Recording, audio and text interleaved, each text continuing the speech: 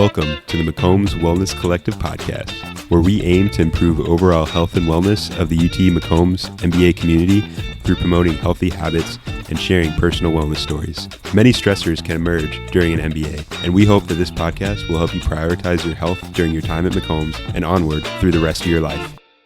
Welcome back to the Wellness Collective at McCombs podcast. Today we got one of our aerospace master students that you see in Rowling Hall a lot, Emerson. So Emerson is here, and you'll probably see him at the Think and Drinks. I know we're in a venture finance class together, and I met you a while back, and you were talking about doing stand-up comedy on the side. So I thought that was super interesting, and wanted to talk about.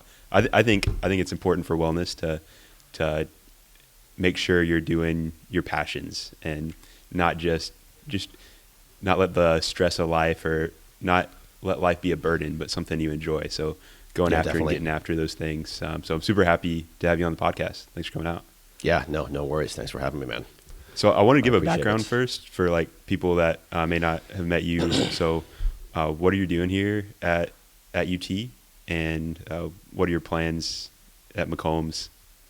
I know you're not a McCombs student, but like, why are you at McCombs? Yeah, sure. So I'm Emerson. I'm from Toronto, Canada, originally. I'm doing an Aerospace Engineering Master's that's in a program called Launch Texas. So it's a joint between McCombs and the engineering school. So we do half our classes in McCombs and then half in engineering. And it's like an entrepreneurship focus. So a lot of the McCombs classes are supposed to be like entrepreneurship based. So that's why I'm in like new venture finance with you. And then I did the Texas Venture Labs practicum last fall. And then the classes I'll be taking next semester are also going to be like startup focused.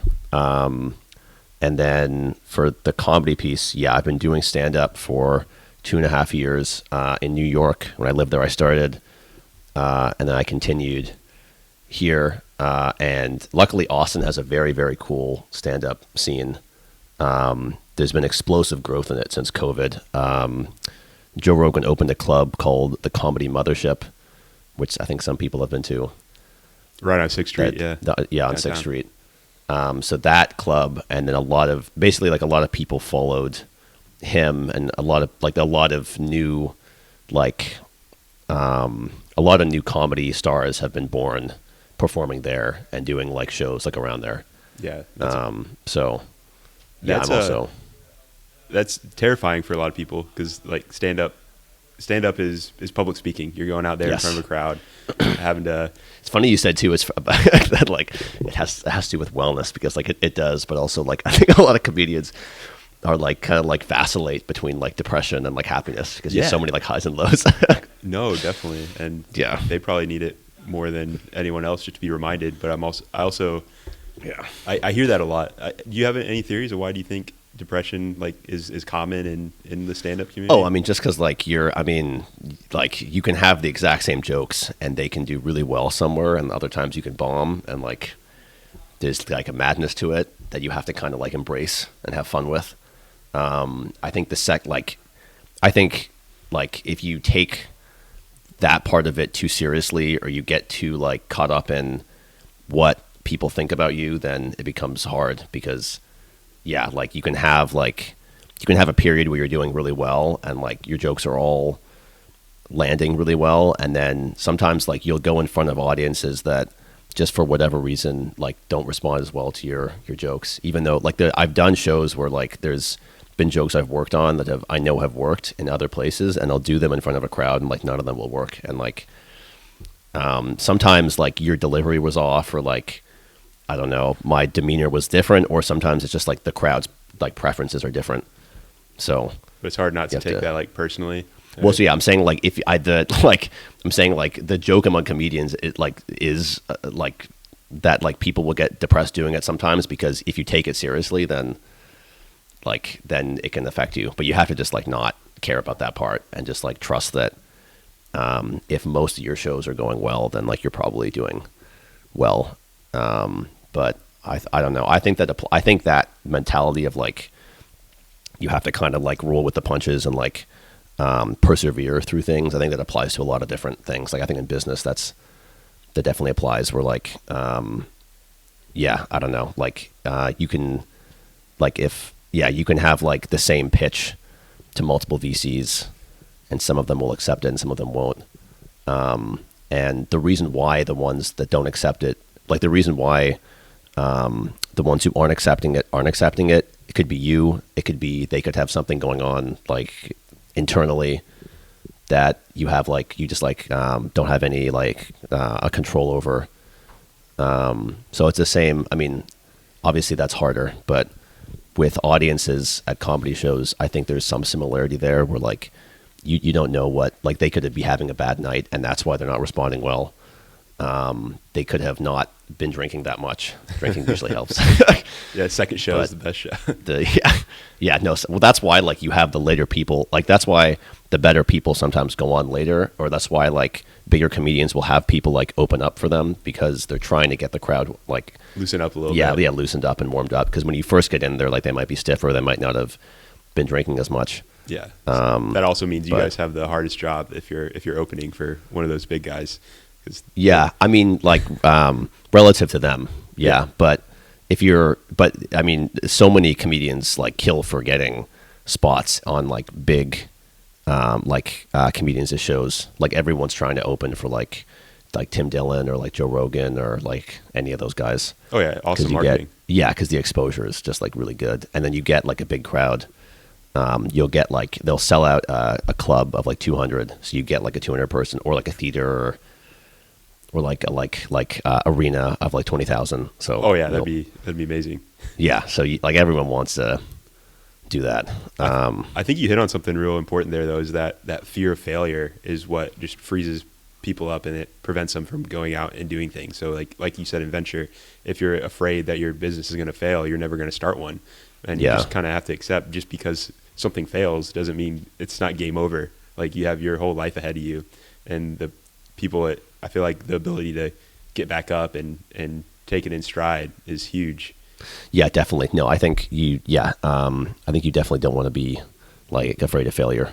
I think I think it's a lot better to try something and fail than to not try it at all. There's a good like Theodore Roosevelt quote about that, which it's the man in the arena quote. I don't know if you're familiar with. No, I haven't. No, I'm you're not a not. big It's like Theodore Roosevelt study.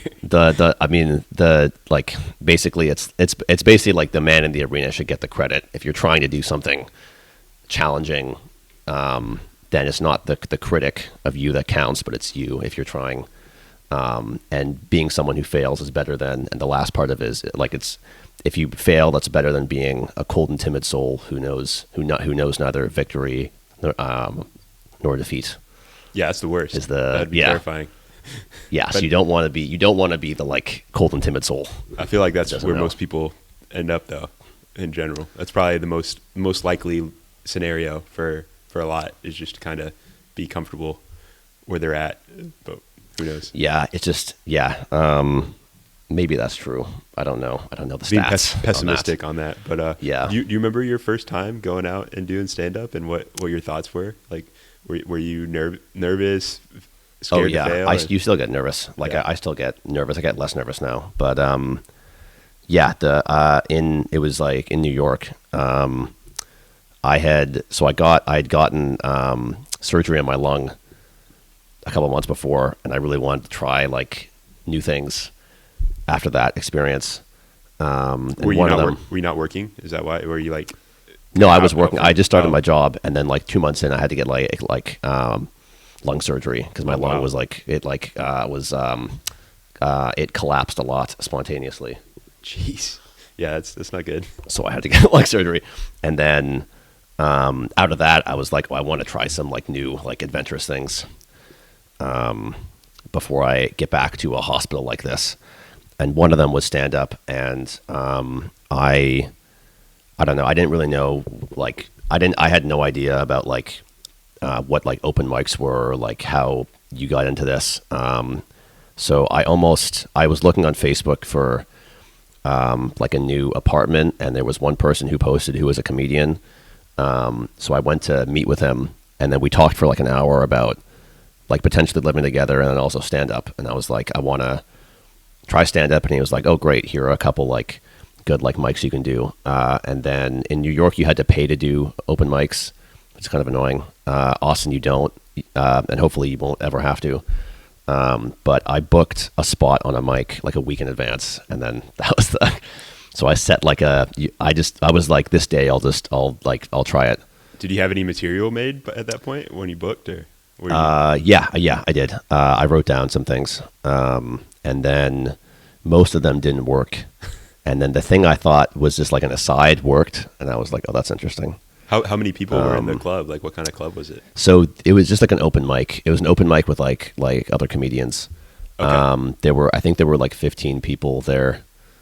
Just at like a New York dive bar somewhere? Or? No, it was at West Side Comedy Club on the Upper West Side. Oh, that's nice. I think it's at like 70 or like 80 something. It was at 3 p.m. on, I think, a Saturday. So you're being judged by other comedians. That's got to be kind of extra hard, I would imagine. I don't know. No, actually, I think it's definitely a lot easier. Especially, I went up there and I said it was my first time, and like all of a sudden they're like, "Oh, you okay?" Like the support level was high. No, I think if you want to do your first one, you should do it in like a low key setting. I would say with like other comedians because especially like open micers, like everyone knows like how hard it is. So no one's really like gonna judge you that hard.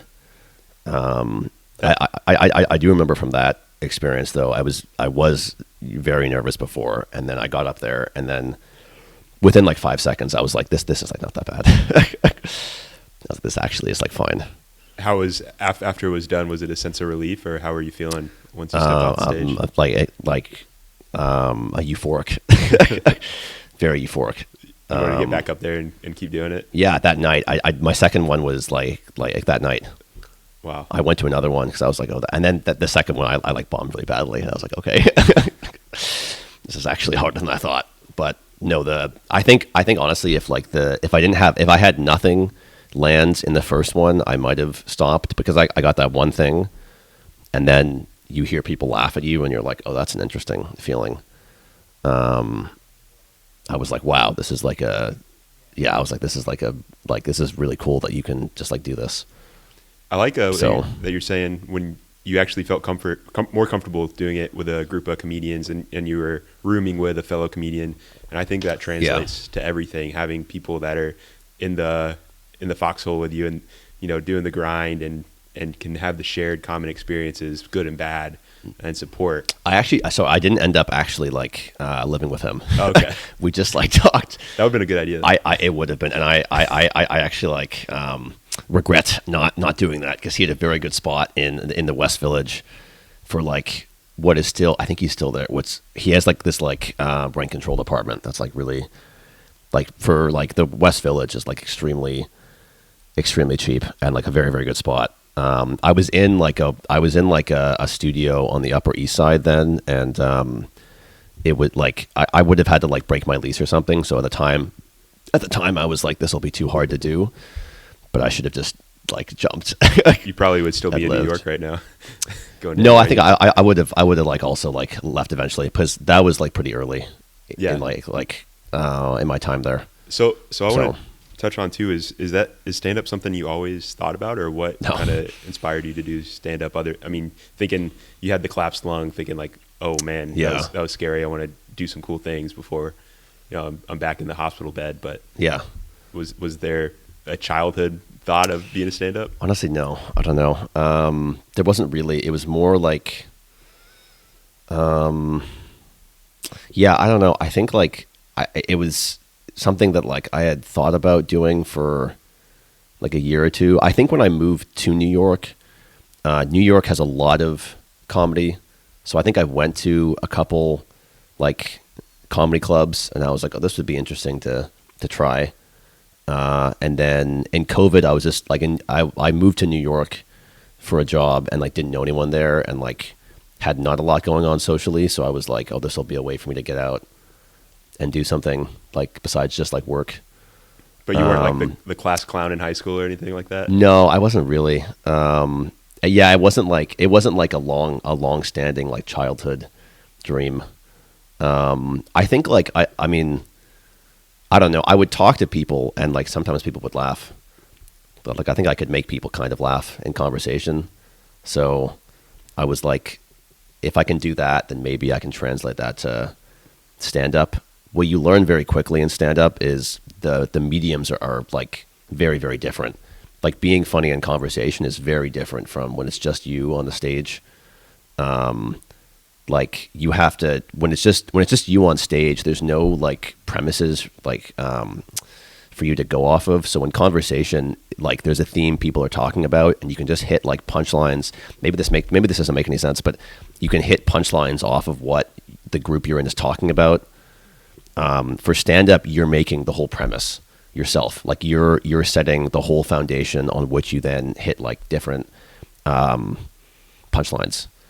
And I bet even in Austin, there's probably quite a differing group of people from if you go on the east side versus up north Austin. Like you kind of never know your audience. Yeah, that's true too. Like the 6th Street audience is different from like the like North Austin people, or like I think even the East Austin. So in Austin, I've mostly performed on 6th Street. I've done a couple in North Austin, but 6th Street's really, for open mics especially, I like doing 6th Street a lot because the foot traffic from the mothership is so good. Yeah. That there's a bar called Shakespeare's I usually do mics at, and those open mics will sometimes feel like shows because people will leave one of Joe Rogan's shows and they'll walk like 30 feet and then they'll go into Shakespeare's, and sometimes you'll get like 30 or 40 people in there for a like open mic. So yeah, How do you handle that mental aspect? So you talk about the fear of failure. Do you have any like tips or tricks of whether it be anticipation if you're going to have a big show, or after you do a show and bomb? Like what do you do that gets you back on the path? So there's two separate things. So for bombing, I think, I mean, at least in stand-up, you just have to do lots of shows. So people will do like multiple a night. Like I think like back in the, I don't know, in the spring I was doing this more, but I would try to do like on the nights I was doing comedy, I would try to do like 2 to 4 shows or mics like a night. And that way, if you bomb one, then the other 2 or 3 are hopefully good.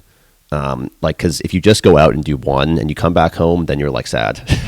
But if you do like 4 and then like 2 of them are good, 2 of them are bad, then you felt like you like did something. What if you bomb all 4? Then you go out the next night and you like try again. I don't know. Yeah, you just have to do like lots. So that's for bombing. For the nerves aspect, or how to like handle nerves, there's not really great advice for this because you just kind of have to figure out what like works for you best, and then just do it. Like you just kind of have to like, psych yourself out enough to do it. There's not really like, I'm trying to think of like good, I don't know. It's more just like I think similar to the bombing point, if you just do it a lot and you kind of know what to expect, so your body's like ready for it, it makes it easier. But at some point you just have to psych yourself out and like do it. Or you have to set like, there has to be kind of like a push for you to get up there. So like for me, for my first one, I bought a $5 spot. So I now have to do this. Yeah. I could waste $5, I guess, but like there's kind of like it's like on Saturday at 3, we're like this is what's going to happen, and then afterwards it'll be over. And then for shows now, like I know it'll be at this time. I mean, now it's easier, but yeah, I'll usually try to go like second or third, and then I'll like stretch a little bit, and then I'll like go over my notes, and then you're like up. Also, I think, at least for me, I don't know if this is true for other comedians, but it's kind of good when you're like a little bit nervous because you get this extra pop. If I'm too calm, sometimes like my reactions aren't as fast. If I'm crowd working, I'm not as like quick to come up with things. So you kind of want like a little bit of nervousness, but you don't want enough. You don't want so much nervousness that like your body just like shuts down. And I think that's kind of true. Maybe this sounds like silly if I'm comparing comedy to business, but I feel like also when you're like pitching people or doing business things, you want to be like a little bit nervous, so you're like more sharp. So you're kind of like you get more like into the zone. Because if you're too calm, then you're not. I don't know. It doesn't feel like you're trying. But if you're so nervous that like you can't like speak at all, then that's bad. So I don't know. And then also with practice, it just like the more pitches you do, the more shows you do. Like you kind of understand how to handle it. And like if things go badly, you know that there's going to be like 10 more next week, and just kind of like live with it. So I like that, and just a lot of practice, repetitions, and normalizing the feeling of that really sucked. I wish that didn't happen, but just like realizing that's part of life, and it's not the end. It doesn't mean you're a bad person. It's just like, okay, now I want to work on sometimes people will think that though. Sometimes if you like crowd work wrong, or you say something that like makes someone upset, then they'll think that you're a bad person. Yeah. You say some, yeah. But I guess that's another thing is like you said, not worrying about what other people are thinking. Like if you're always in your head of like, and that's the thing. I feel like everyone is worried about themselves. If you step back and no one really cares what you do, what I do, what anyone else does. Like everyone's kind of in their own bubble for the most part. Yeah. But it's easy unless you do something. And this is what like this. A lot of people who ask me like, how do I'm interested in like trying it, or like, what if I say this and then it's like, unless you do something that's like really like egregious.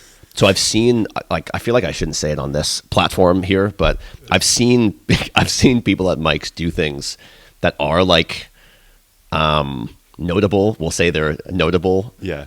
So unless you do something actually crazy at like an open mic, no one afterwards will, or no one even like a day later is gonna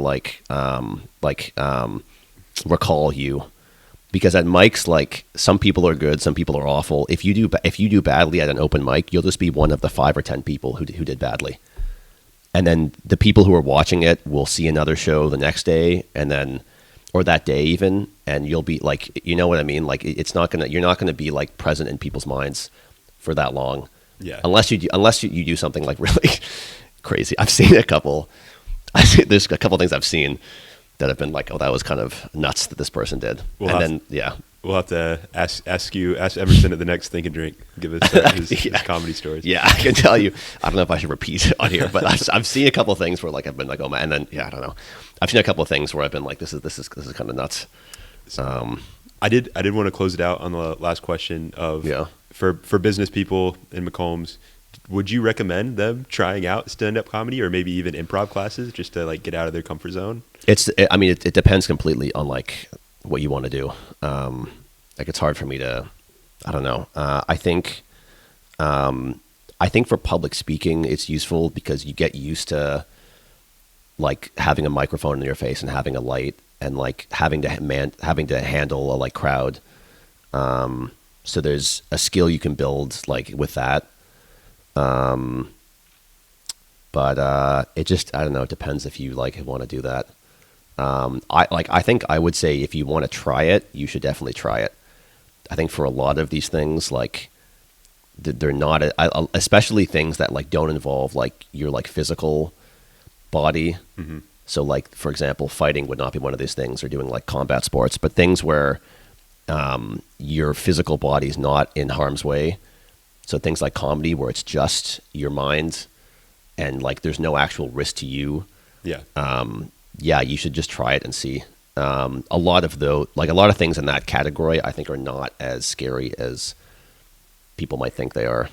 So if anyone has that itch or wants to get better at public speaking, go talk to Emerson and he'll set you up on your first open mic. Yeah. Austin, there's a lot of like really, really good mics here. Oh, definitely. And then just try it, and then I don't know. Some people like it, some people don't like it. There's people who will do like 2 and like who will do like 3 or 4, and then they're like, you know what, this is like not for me. And then at least you tried it, so at least like you like know. At least it's not some like it's not this like esoteric thing that you've never tried. Sitting on the sidelines. Yeah. So where can people find you if they want to follow you or go to any of your shows? So Emerson JSB is my Instagram. I have a comedy account called Emerson.comedy, which I currently have nothing posted on, but which I might post some reels. And then I do have like a WhatsApp group of people who have expressed interest in seeing shows and or myself in them. So people can be added to that. Yeah, we'll put whatever if you they want in the show notes as well. So if you're listening to this, sure. check the show notes out and go follow Emerson, support him Yeah. on his comedy journey, and say hi in My Rowling comedy Hall. journey, yeah. Yeah, it's, I don't know. It's like kind of like I mean, I have like actual like a business career I kind of want to do, but then this is kind of just like a side thing. You can do both. Yeah. At least for now. Yeah. Well, thanks so much, Emerson. Yeah, man. No, thank you for having me. See ya. Thank you for listening to the McCombs Wellness Collective podcast, where we record weekly episodes during the semester to promote healthy habits and learn about personal wellness journeys. Stay well, my friends, and hook 'em horns.